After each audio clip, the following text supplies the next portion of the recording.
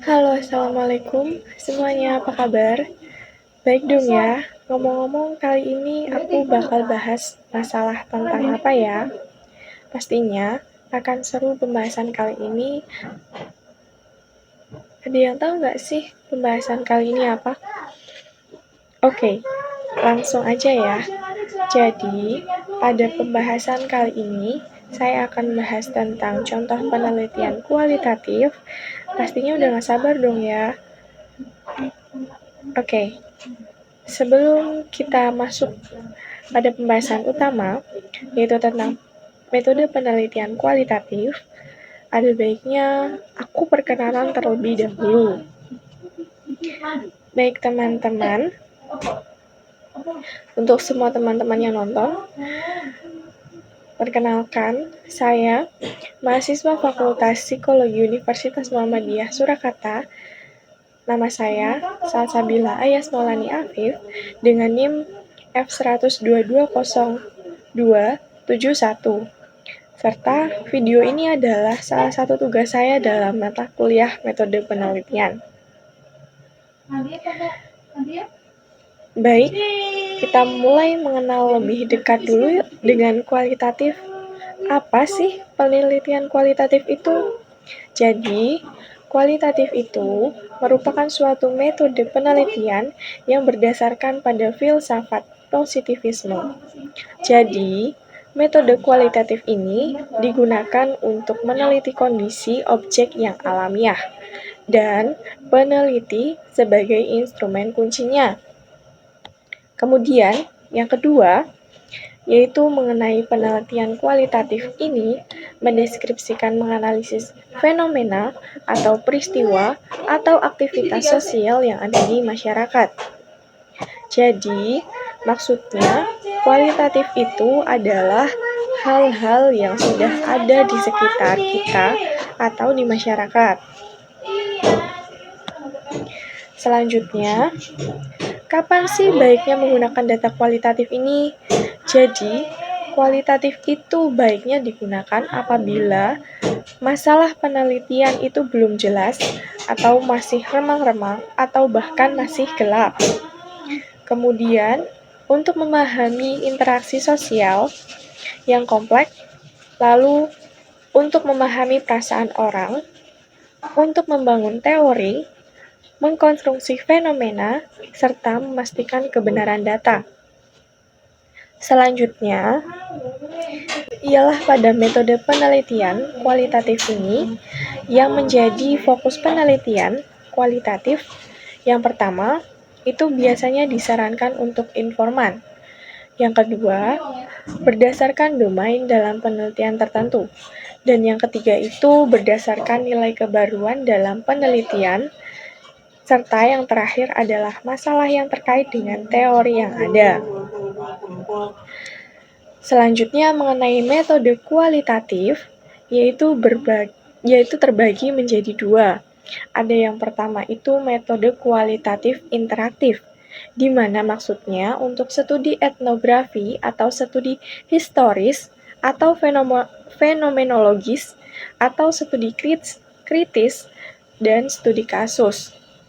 Yang kedua, yaitu metode non-interaktif. Metode ini atau non-interaktif ini untuk menganalisis konsep analisis historis dan konsep analisis kebijakan.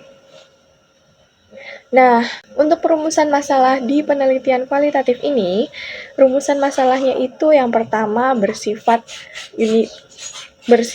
tentatif. Karena untuk sampelnya juga bisa berubah.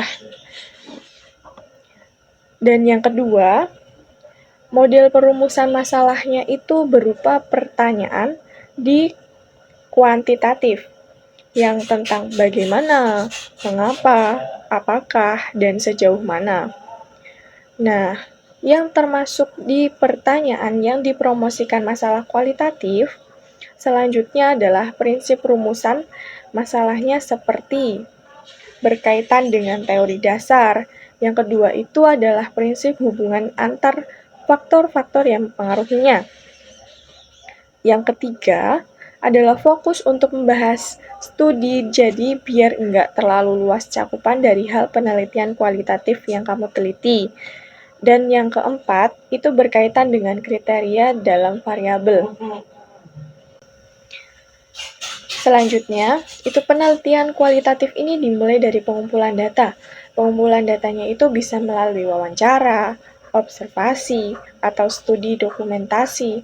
Bisa juga dilakukan ketiganya.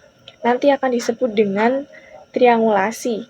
Jadi, triangulasi itu bisa triangulasi ini bisa merupakan triangulasi pengumpulan data yang dimaksudkan di beberapa waktu tertentu. Hal itu dilakukan secara bersama-sama, dinamakan dengan triangulasi. Yang kedua, itu adalah uji keabsahan data. Jadi, ketika data sudah terkumpul, dilakukan uji keabsahan data. Uji keabsahan data ini bisa menggunakan cek triangulasi, memperpanjang pengamatan, atau meningkatkan ketekunan, atau bisa menggunakan analisis kasus, yaitu kasus negatif. Nah, setelah data absah, selanjutnya itu bisa menganalisis data. Nah, dari sini, untuk kualitatif ada dua teknik, yaitu teknik analisis data atau yang pertama bisa menggunakan teori Mills dan Habermas. Dari Mills dan Habermas menuliskan, yang pertama itu mereduksi data. Jadi maksudnya milih data yang penting atau data yang akan diangkat di penelitian. Kemudian dari data itu didisplay supaya lebih mudah untuk melihat dan memahami maksud. Dan memahami maksud dari penelitiannya, kemudian dari data tersebut diverifikasi. Dan yang kedua, yaitu menggunakan teori Spartley. Teori dari Spartley ini ada analisis domain. Yang kedua itu bisa menggunakan analisis taksonomi, kemudian analisis komponensial, dan analisis tema kultural. Selanjutnya, untuk contoh penelitian kualitatif, misalnya, yang pertama adalah analisis faktor yang mempengaruhi keputusan konsumen membeli produk. Yang kedua, analisis peran kepala sekolah dalam menerapkan mutu pendidikan. Yang ketiga adalah analisis cara belajar siswa berprestasi. Yang keempat adalah cara belajar siswa SMA dalam menghadapi UTBK. Yang kelima, evaluasi kebijakan pendidikan inklusif. Yang keenam, evaluasi pembelajaran jarak jauh. Yang ketujuh adalah kinerja profesionalisme guru SMA. Yang kedelapan, metode pembelajaran yang efektif dalam membentuk karakter siswa. Yang kesembilan adalah faktor-faktor yang mempengaruhi pertumbuhan ekonomi. Serta yang terakhir adalah analisis implementasi wisata halal di Indonesia. Nah, itulah ke-10 contoh judul penelitian kualitatif. Oke, terima kasih sudah menyimak video pembahasan kali ini dari awal sampai akhir. Tetap semangat menuntut ilmu teman-teman. Semoga ilmu kali ini bisa bermanfaat ya. Wassalamualaikum warahmatullahi wabarakatuh.